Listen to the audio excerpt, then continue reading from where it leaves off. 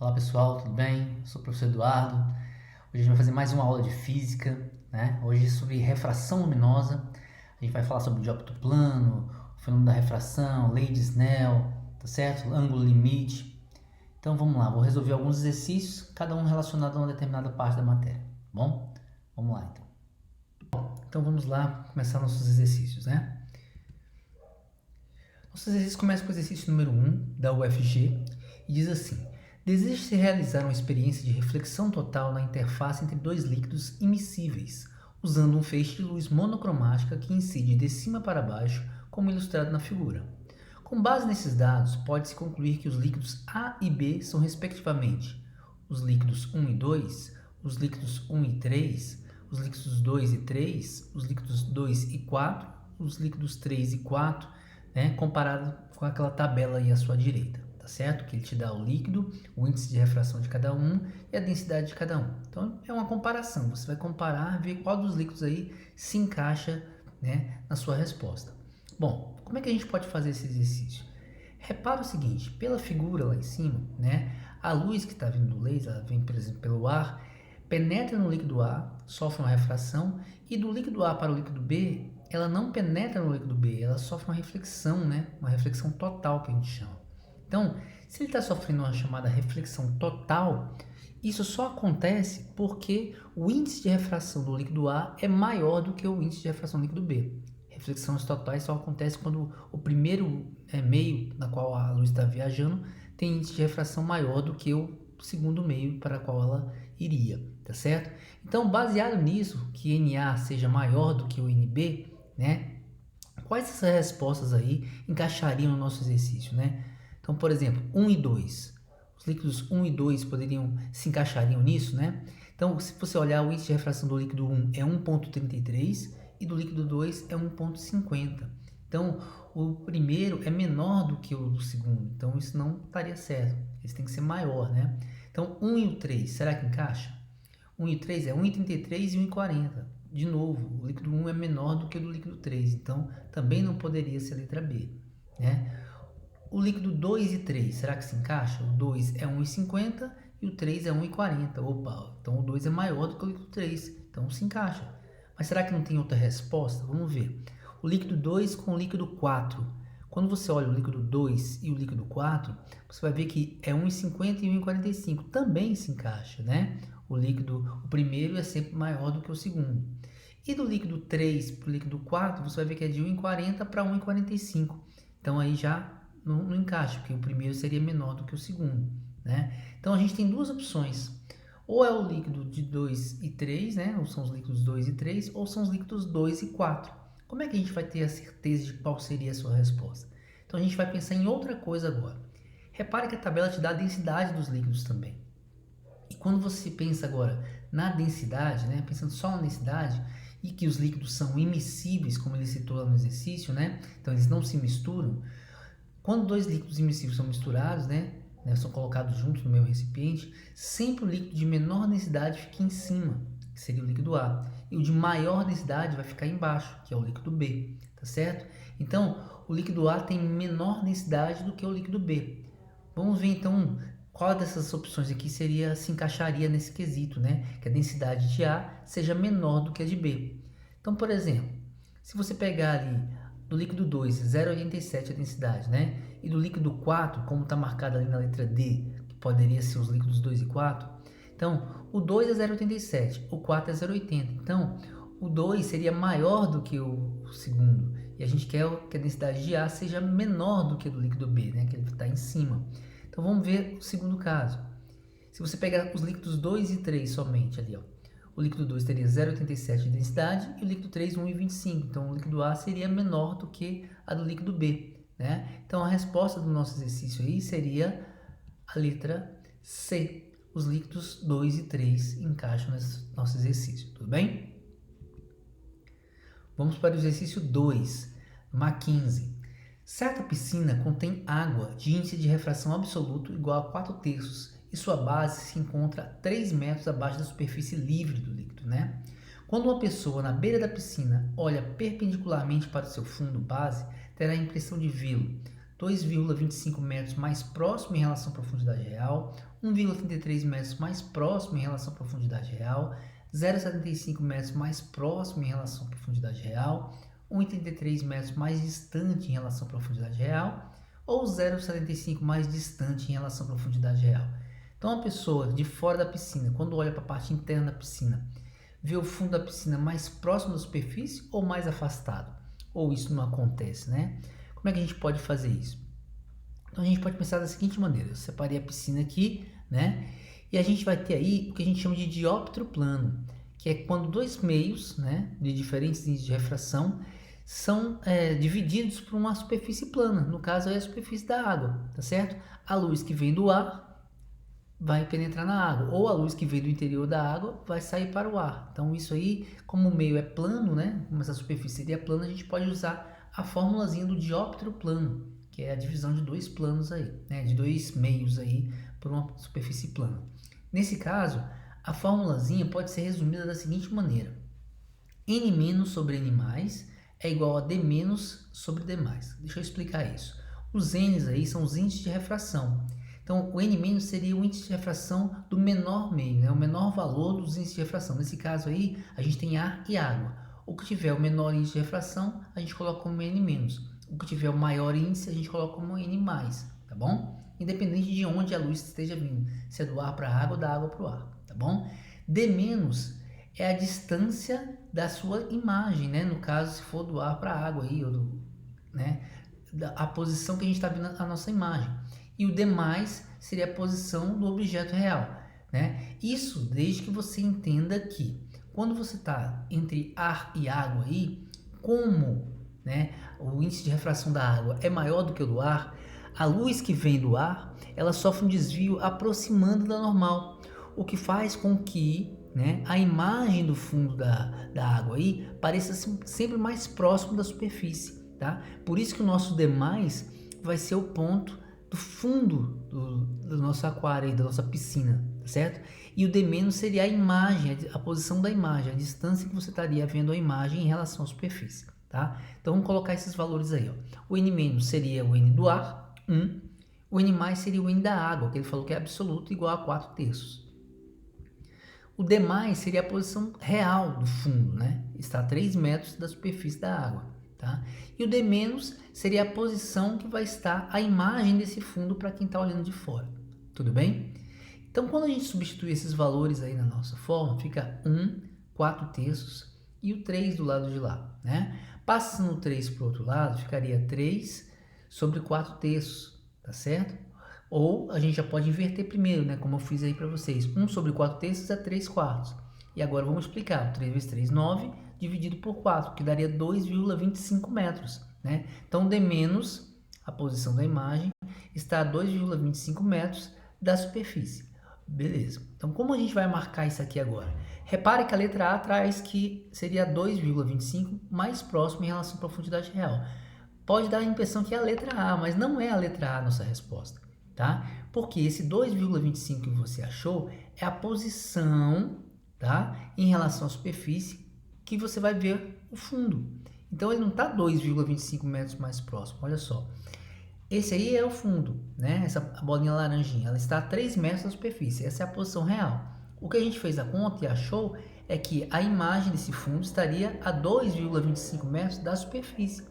Então, ela se aproximou quanto da superfície? Então, a posição da imagem, ela na verdade se deslocou dos 3 para as 2,25. Então, o deslocamento da imagem foi de 0,75 metros.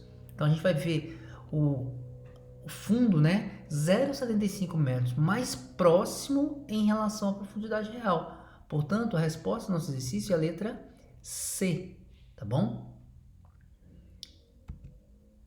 Próximo exercício da UER. Um feixe de luz proveniente de um meio A se propaga em direção à superfície de separação com o meio B. Se o índice de refração do meio B em relação ao meio A é igual a 1,25, ao sofrer a refração, o feixe de luz teve sua velocidade reduzida em 25%, reduzida em 20%, aumentada em 20% ou aumentada em 25%. Como é que a gente vai fazer esse exercício aí? É bem interessante esse exercício, tá?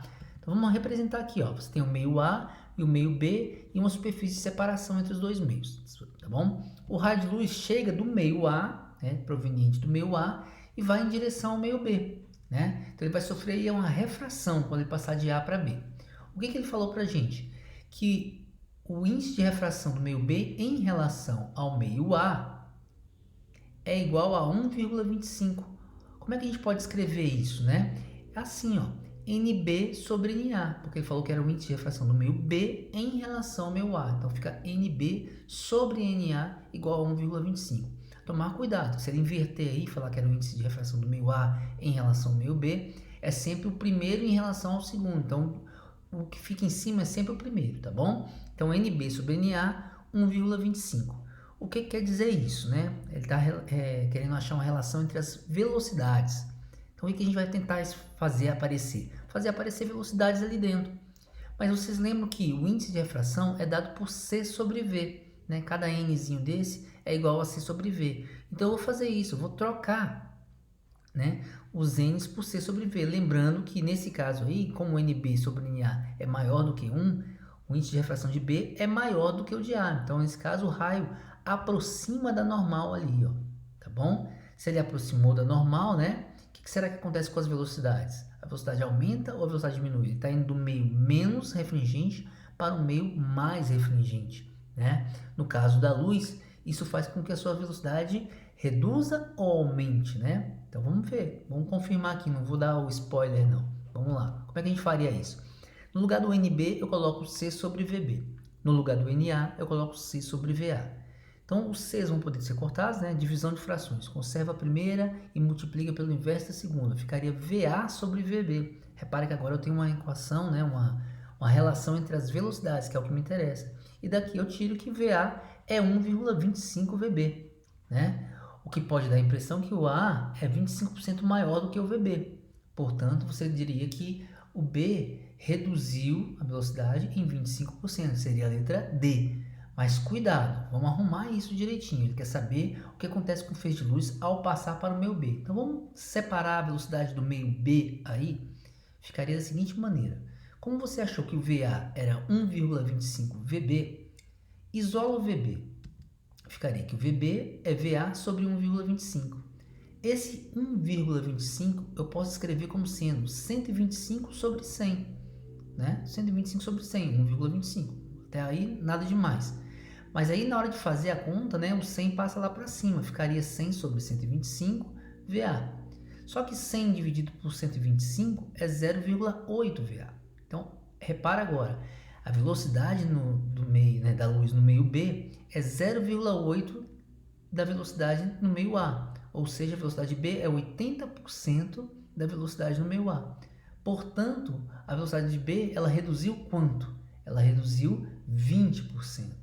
Né? Então, a resposta do nosso exercício não é que ela reduziu 25%, né? Ela reduziu em 20%. Tudo bem? Letra B de bola. Questão 4, é uma questão da UNB, adaptada, tá bom? Adaptada porque eu cortei uma boa parte do enunciado, deixei só a figura central aí para a gente poder julgar em cima dos dados da figura, tá? É uma figura bem complexa, né? Você tem um circuito ali, que envolve alguma parte da matéria do terceiro ano, aí você tem uma lâmpada na frente de um espelho côncavo, tá? Vai passar a luz por uma fenda. Deixa eu ler o exercício com vocês aqui, ó. A fotometria, uma das técnicas utilizadas para análise do sangue de bebês, coletado para o teste do pezinho, envolve a medida de intensidade de absorção de luz monocromática de um composto químico em solução. Por meio dessa técnica, pode identificar o comprimento de onda característico da absorção para cada composto e para a quantificação desse composto por meio da absorção direta de luz. A intensidade da absorção depende do comprimento de onda escolhido, da trajetória que o feixe de luz percorre na solução e da concentração do composto nessa solução. Tá bom? E aí vem a pergunta, né?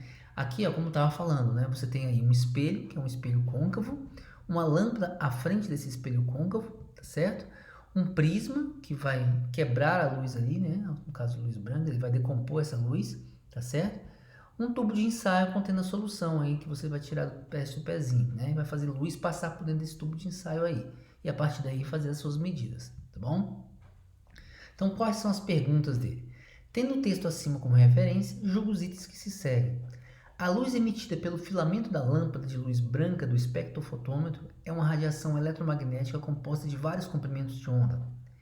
2. Considere que o filamento da lâmpada de luz branca do espectrofotômetro seja uma fonte de luz pontual, localizada no foco de um espelho esférico côncavo de abertura pequena, tal que a luz refletida por esse espelho seja paralela ao eixo principal do espelho. Nesse caso, a posição do foco coincide com o centro da esfera correspondente a esse espelho. Verdadeiro ou falso, né? 3. A luz branca, ao entrar no prisma indicado na figura, sofre difração? 4. Considere que o raio indicado por 1 na figura represente a luz branca refletida na base do prisma. Nesse caso, os ângulos beta e alfa são diferentes, e que alfa e beta são respectivamente os ângulos que o raio incidente ou refletido formam com a normal indicada na figura. Repara que se eu ficar lendo aqui, né, a gente vai ter muita informação, mas não está entendendo muito bem, porque a gente... Vamos fazer isso mais ou menos separadinho, tá? Vamos começar do item 1 lá em cima, que aí fica mais fácil da gente entender e já julgar o item, tá bom? O item 1 falava o seguinte: a luz emitida pelo filamento da lâmpada de luz branca do espectrofotômetro é uma radiação eletromagnética composta por vários comprimentos de onda, né? Então você tem a lâmpada aí, essa lâmpada emite luz que bate no espelho, sai paralelo, passa por uma fendazinha e vai atingir lá o prisma, tá certo? Repara que ele fala que é uma luz branca. Se você lembrar do que a gente estudou sobre cores, né? A luz branca é a soma de todas as cores, né? Então, quando você tem uma luz branca, você tem aí todas as radiações possíveis. E isso chegando ao seu olho, você pegando todas as radiações de comprimentos de ondas possíveis, você veria a luz branca, a cor branca, tá certo? Só que cada cor ela tem uma frequência determinada e tem um comprimento de onda determinado. Então, cada cor representa um comprimento de onda, tá? Específico. Então, quando ele fala que a luz branca é uma radiação composta por vários comprimentos de onda, isso está correto, tá certo? Então, esse item 1 seria verdadeiro. Item 2. Considere que o filamento da lâmpada de luz branca do espectrofotômetro seja uma fonte de luz pontual. Pensa nela como um pontinho, localizado no foco de um espelho esférico côncavo de abertura pequena, tal que a luz refletida por esse espelho seja paralela ao eixo principal do espelho. Nesse caso, a posição do foco coincide com o centro da esfera correspondente a esse espelho? E aí, verdadeiro ou falso? Vamos aumentar aqui, ampliar. Pensa ali no espelho, esse pontinho laranja aí seria a nossa lâmpada. A luz que sai dessa lâmpada, ela vai, atinge o espelho e sai paralela ao eixo principal, tá certo? Aí depois ela vai passar pela fenda e vai chegar até o nosso prisma lá. O que ele está dizendo é o seguinte, que para isso acontecer, né, a posição do foco desse espelho aí vai coincidir com o centro da esfera correspondente a esse espelho. Que esfera é essa? Né? Essa esfera é a esfera que gerou o nosso espelho esférico, né? Então pensa na esfera, que esse nosso espelho esférico foi tirado de uma esfera, né, totalmente espelhada, e você cortou um pedaço dessa esfera. Ele está dizendo o seguinte: essa lâmpada aí que está no foco, né? Porque senão não saia paralelo ali, tá certo? Ela coincide, esse foco coincide com o centro dessa nossa esfera? Já pela figura você vê que não, né? Na verdade, o centro vai estar numa posição diferente do foco. Na verdade, o centro tem o dobro da distância focal, né? Ou seja, o foco é metade da distância do raio aí. Portanto, o item está errado, tá bom? Item 3. A luz branca, ao entrar no prisma indicado na figura, sofre difração? Então, vamos lembrar. Difração, gente, é quando a luz contorna obstáculos ou fendas, né? Ela pode contornar pequenos obstáculos ou fendas, desde que o tamanho dessa fenda ou obstáculo seja da ordem do comprimento de luz dessa luz que você está estudando, tá certo? Então ela não sofre difração. Ao entrar ali, né, a luz branca entrar ali no prisma, ela se quebra, ela se decompõe, né, em várias cores, vermelho, verde, amarelo, azul, violeta, tá certo? O que está acontecendo ali é que ela está sofrendo uma refração. E cada cor sente o prisma como se ele tivesse um índice de refração diferente para aquela cor específica. Por isso que ele abre, né? Ele se decompõe daquele jeito ali, tá certo? Portanto, não é difração, é uma refração, é um tipo de refração, é uma decomposição, uma dispersão cromática, tá bom? Dessa maneira, o item está errado. Item 4. Considere que o raio indicado por 1 na figura represente a luz branca refletida da base do prisma. Nesse caso, os ângulos beta e alfa são diferentes, e que beta e alfa são respectivamente os ângulos que o raio incidente ou refletido formam com a normal indicada na figura. Então vamos reparar aqui na figurinha, olha só. A luz sai do espelho, né? Sai da lâmpada, bate no espelho lá, atinge o prisma e sai. Ele está dizendo que essa luz é uma luz branca, tá? Bateu nos prisma e refletiu e saiu, né? Então, em relação ao normal ali, você tem os ângulos alfa e beta. Alfa é o ângulo com que o raio chegou ao prisma em relação ao normal. E beta é o ângulo com que o raio deixou o prisma em relação ao normal, tá certo? Como foi uma reflexão, na reflexão, os I's, né, o índice, o ângulo de incidência é sempre igual ao ângulo de reflexão, tá certo? Portanto, nesse caso, o alfa vai ser igual ao beta e não diferente de beta, tá? Então, portanto, o item está errado. Item 5. Sabemos que o índice de refração N do prisma é maior do que o índice de refração do meio externo, que é do ar, né? Então o prisma ele é mais refringente do que o ar. É correto afirmar que existe um ângulo de incidência alfa para o qual a luz é totalmente refletida? Ou seja, existe um ângulo alfa aí, onde a luz, por ser totalmente refletida, ou seja, sofre a reflexão total ao chegar do ar e atingir o prisma, né?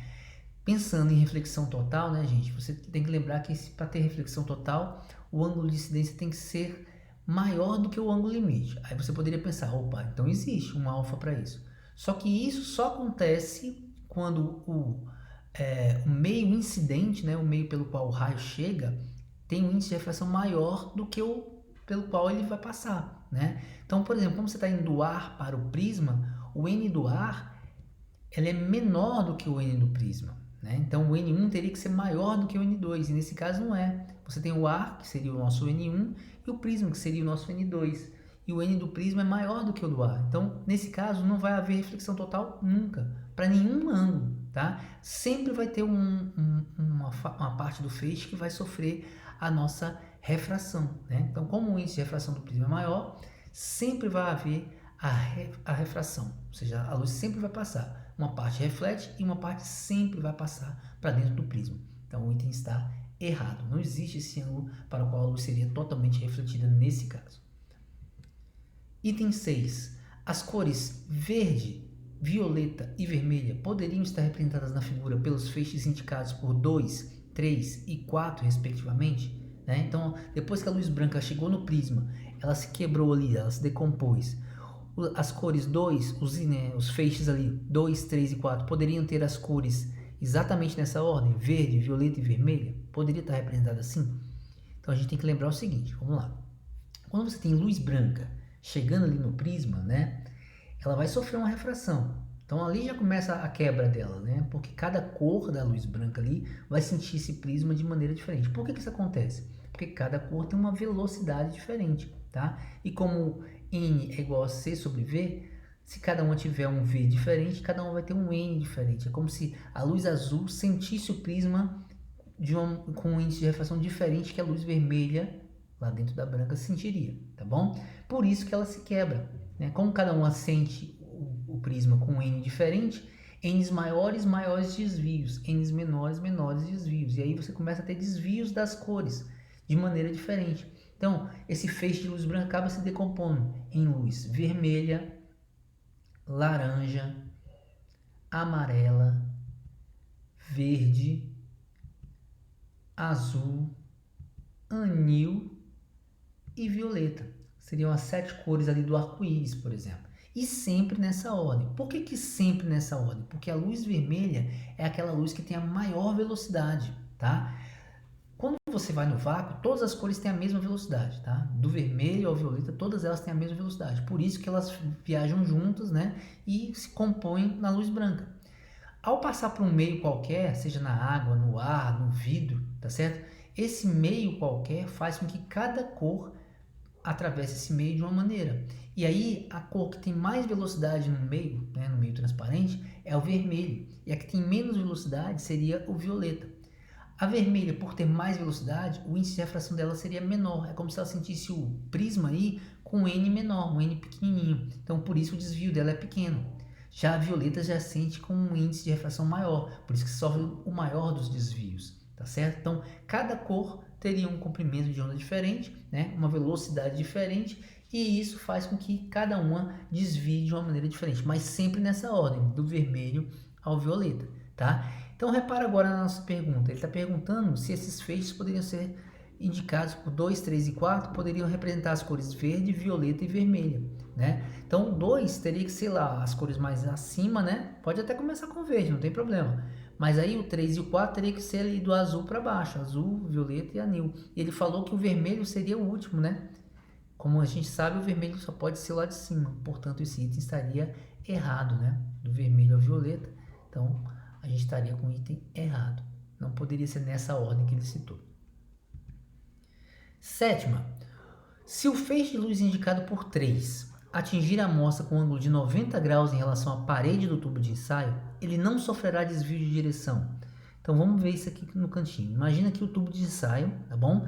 E a luz chegar e atingir ele com 90 graus.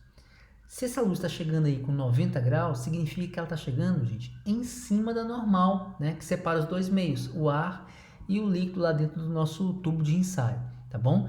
E todo raio de luz que chega em cima da normal, ele não sofre desvio, ele sofre a refração, ele muda a velocidade dele, tá? Existe o fenômeno, existe a mudança na velocidade. O que não existe? O desvio. Então ele vai passar, né, para o outro lado, mas não sofrerá desvio na sua direção, tudo bem? Então o item está correto. Vamos para a próxima questão, tá bom? É uma questão do PAS de 2019, bem recente, que foi adaptada aí também. Que ela diz o seguinte: Cartier-Bresson, quando jovem, desenvolveu um profundo interesse pelas artes, em especial pela pintura. Entretanto, esse interesse foi substituído pelo seu amor à fotografia. Até hoje ele é referenciado pela fotografia reproduzida anteriormente, no caso essa aí do lado que eu coloquei, tá bom? Na foto, Bresson capturou um jovem pulando sobre uma poça em pleno ar. A imagem tem uma agradável simetria entre a figura principal e as grades refletidas na água. Além disso, o anúncio de acrobatas, né, no caso aí, à esquerda, a escada, os anéis de metal e o jovem saltando lembram muito um circo, tá bom? Então ele dá toda uma figurinha, numa simples foto, ele conseguiu captar muita coisa aí e fez essa foto ser bem premiada e bem reverenciada, tá bom? Aí, de acordo com o que você está vendo nessa foto, ele fala o seguinte: tendo como referência o texto e a imagem precedentes, julgue o item a seguir. Na verdade, os itens, né? Eu vou colocar só esse item 1 aí para nós. 1. A imagem mostra uma situação de reflexão interna total, porque a água é mais refringente do que o ar. Isso é verdadeiro ou falso? Né? Então vamos tentar lembrar. Olha só, ele fala de reflexão interna total. Será que seria uma reflexão interna total? Primeiro, para ser reflexão interna, teria que ser dentro da água, né, gente? Não fora. A gente está vendo a luz, na verdade, está saindo dos corpos externos e batendo na superfície da água e refletindo. Na verdade, vamos pensar que essa linha azulzinha aí seria a linha da superfície da água. O raio de luz chega, atinge ali e sofre uma reflexão, né? Que poderia ser uma reflexão total, mas é apenas uma reflexão. Por que é apenas uma reflexão? Porque do ar para a água, né, você estaria indo do meio menos refringente, que é o ar, para a água, que é mais refringente. E do meio menos refringente para o mais refringente, não acontece, tá certo? A reflexão total. Uma parte da luz é refletida e uma parte sempre penetra dentro da água. Sempre vai haver um pouco de refração. Portanto, esse item está errado. E outra, né, gente? Não é reflexão interna, seria uma reflexão externa, tá bom? Então, o item está errado. Questão 6, do PAS 2018, adaptada. O índice de refração do ar nas proximidades da superfície da Terra varia de forma contínua com a altitude e depende, entre outros fatores, da temperatura. Na prática, a variação do índice de refração pode ser aproximada usando-se um modelo em camadas, como ilustra a figura precedente, em que foram consideradas 3 regiões a partir do solo, uma de queimada, uma de ar quente e outra de ar frio.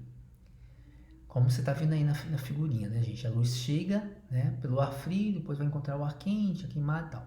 Na figura, L1 corresponde a um raio de luz que atravessa a região de ar frio e incide com um ângulo de 30 graus na interface entre as regiões de ar frio e ar quente. Nesse modelo, a razão entre os índices de refração das regiões de ar frio e ar quente é igual a 2. Qual é a pergunta, então? Assinale a opção que indica o comportamento correto do raio de luz L1 ao atingir a interface entre as regiões de ar frio e ar quente. Então ele só quer que você identifique o seguinte: quando o raio de luz chegar ali no ar frio, com 30 graus, como ele falou, né, e passar para o ar quente, como é que vai ser a disposição aí desse raio, né? Qual vai ser a melhor figura que vai ilustrar o caminho que ele vai seguir? Seria a letra A, letra B, letra C ou letra D? Como é que a gente pode fazer isso, né? Então, eu vou dar uma ampliação aqui. E aí, olha só, o ar frio, gente, ele é mais denso do que o ar quente, né? As moléculas estão mais juntas do que no ar quente. Portanto, o índice de refração dele acaba sendo maior do que o do ar quente. Então, o N do ar frio seria o N maior do que o N do ar quente. É como se você estivesse indo do meio mais refringente para o meio menos refringente. E quando a luz passa de um meio mais para o meio menos refringente,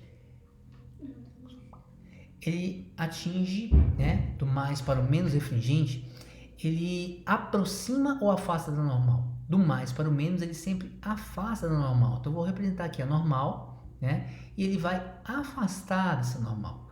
Então, ele poderia fazer isso aí, ó, né, passar do meio 1 para o meio 2, no caso do ar frio para o ar quente, fazendo esse tipo de trajetória, né. Mas aí você vai marcar e vai perceber o seguinte, poxa, a letra B poderia ser, né, ele seria exatamente como a gente comentou ali.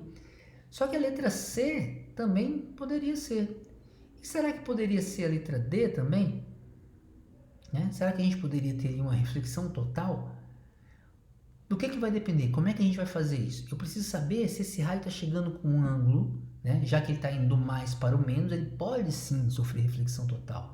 Pode sofrer refração ou reflexão total. Né? A letra B, se ele tiver sofrido refração, é quando, né, o ângulo de chegada dele for menor do que o ângulo limite, então ele passa para o outro meio. Quando o ângulo de chegada dele é igual ao ângulo limite, seria a letra C aí, ele sai rasante. E se o ângulo de chegada dele for maior do que o ângulo limite, ele vai sofrer reflexão total. Então você tem três opções ali, letra B, C ou D. Então a gente vai ter que calcular esse ângulo limite e ver se ele é maior ou menor do que esses 30 graus aí, tá certo? Então como é que a gente faz isso? Vamos calcular. O seno do ângulo limite seria sempre calculado como n menor pelo n maior, tá? E ele falou o seguinte, que nesse modelo a razão entre os índices de refração das regiões de ar frio e de ar quente é igual a 2. Então, em cima a gente tem o menor, quente, e embaixo tem o maior, o frio. Então, como essa razão do frio para o quente é 2, ficaria 1/2. Se é 1/2, é que o seno de L é meio. Para o seno de L ser meio, né, gente? O que vai acontecer? O L é igual a 30 graus. Lembrando que ele comentou que a região de ar frio e ar quente, né, nessa ordem, é igual a 2. Então, N frio pelo N quente é 2. Tá bom? Por isso que ficou 30 graus. Esse é o ângulo limite. Mas se o ângulo limite é 30 graus e o raio está chegando com um ângulo de 30 graus, ele está chegando exatamente com o ângulo limite. O que acontece quando o raio chega exatamente com o ângulo limite? Ele reflete, na verdade, ele sai rasante, ele não penetra no outro meio, ele sai rasante à superfície. Portanto, a resposta do nosso exercício seria a letra C. Essa seria a solução do exercício, ok? Então foi isso. Espero que tenha gostado aí da revisão, tá certo? Qualquer dúvida, entre lá em contato com a gente pelo meio do fórum, né? Por meio do fórum, deixa sua dúvida lá que a gente vai tentar responder o mais rápido possível. Tudo bem? Até a próxima.